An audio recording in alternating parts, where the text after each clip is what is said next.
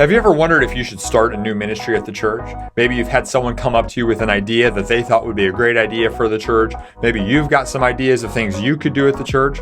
Well, how do you know if you should actually start that ministry? Well, in today's episode, we're going to share 3 ways to help you determine if you should start that new ministry. Here we go.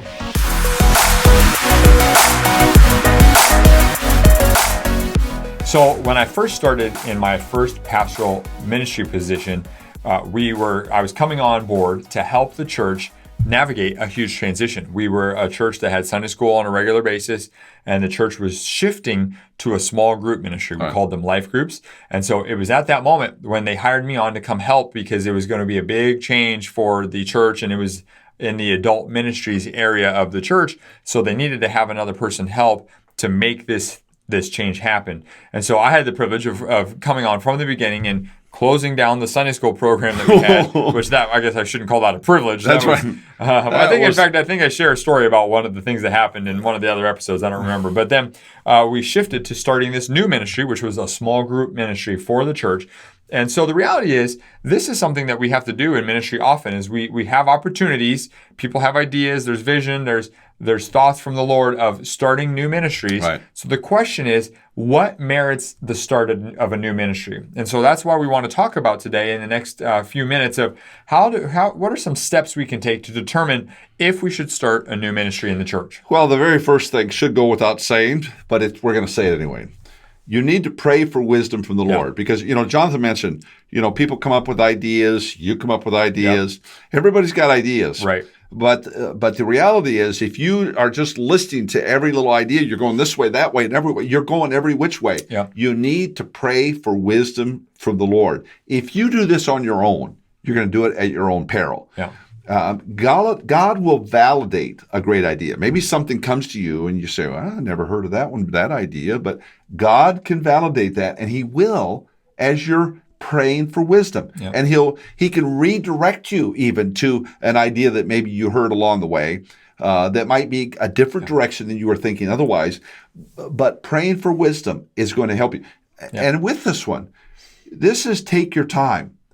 So if you haven't been doing this, don't think that you can just listen to this podcast, pray for wisdom this afternoon, and tomorrow make a decision. Granted, the Lord could honor that. Mm-hmm. Generally, though, you're going to need to take your time, and you're going to need to listen to your heart. Yeah. We've talked in a previous episode of the importance of the spiritual disciplines and moving forward, and the prompting of the Holy Spirit as you're exercising all of the spiritual disciplines. You'll know that you're making a right decision because you've stayed so in tune with the Lord, and that you're listening. You're waiting and you're listening, which is sometimes a skill that many of us as pastors don't have. You need to get that skill developed as you're praying for wisdom on the merits of a potential new ministry.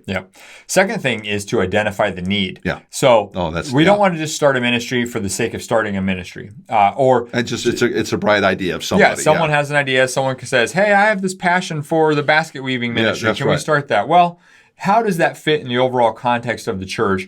Is the energy that it's going to take to start that and to maintain that in line with the overall direction of where we're wanting to go? And so the key we have to look at is there a need for this? And does this ministry merit, does it merit having this new ministry to fulfill that need? So just because there's an idea, just because there's some thoughts, doesn't necessarily mean it's the right thing to do. So you got to kind of survey the land, get a feel for who would be involved in this. Is this going to help? Is this going to help the church overall? Is this going to move the ministry forward?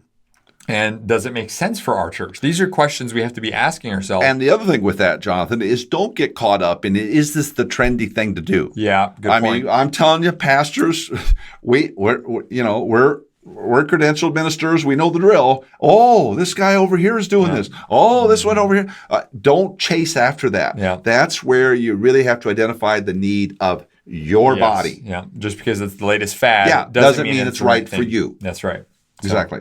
And then the third thing is to get buy-in from key leaders. So as you're preparing to start a new ministry, you want to make sure you have buy-in from people, because the last thing you want is for it to be just you as the person presenting this thing, but there's not buy-in yet. You're out there hanging on your own. You're trying to shoot yourself in the foot. So you want to make sure you get that buy-in on the front end to be able to help make this thing happen, and that's going to help launch it with success. Yeah, exactly. And not a failed launch or a weak launch. And I will say to that too. We had an episode here, been back probably a month and a half ago, episode 35.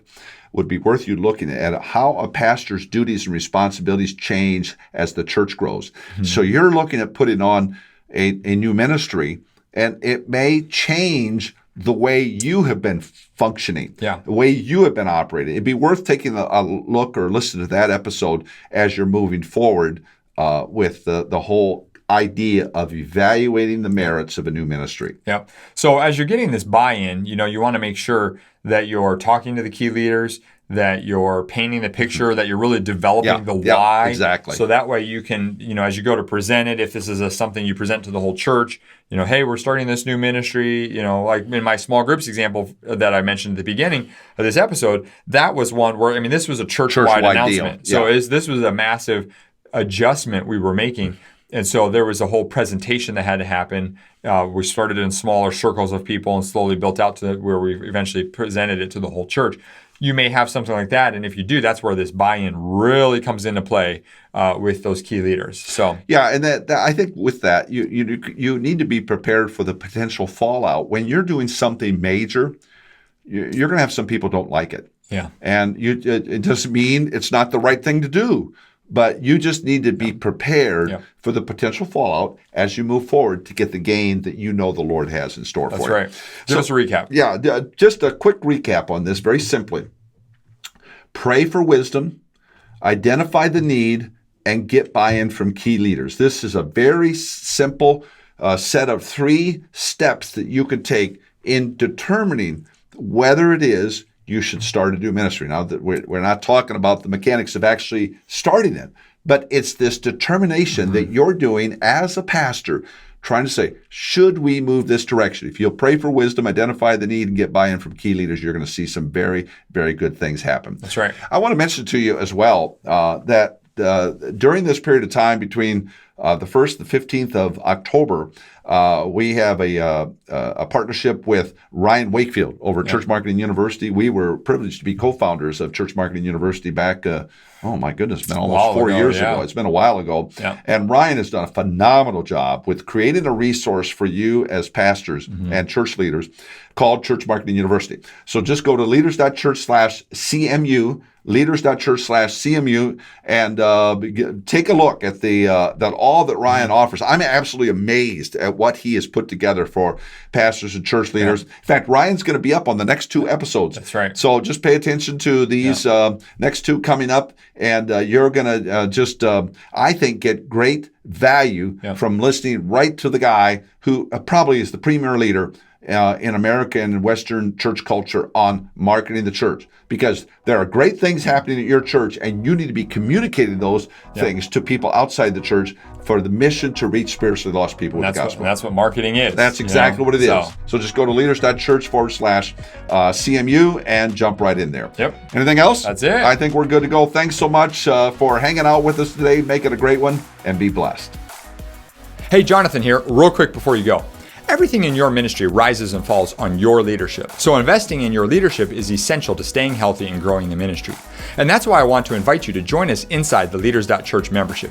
This online streaming service for pastors gives you access to more than 300 videos plus training material to level up your leadership and improve your ministry skills. If you'd like to do that, I want to invite you to go to leaders.church/boost. Again, that's leaders.church/boost. Well, thanks again for joining us on the Church Tips Podcast. We'll look forward to seeing you next time.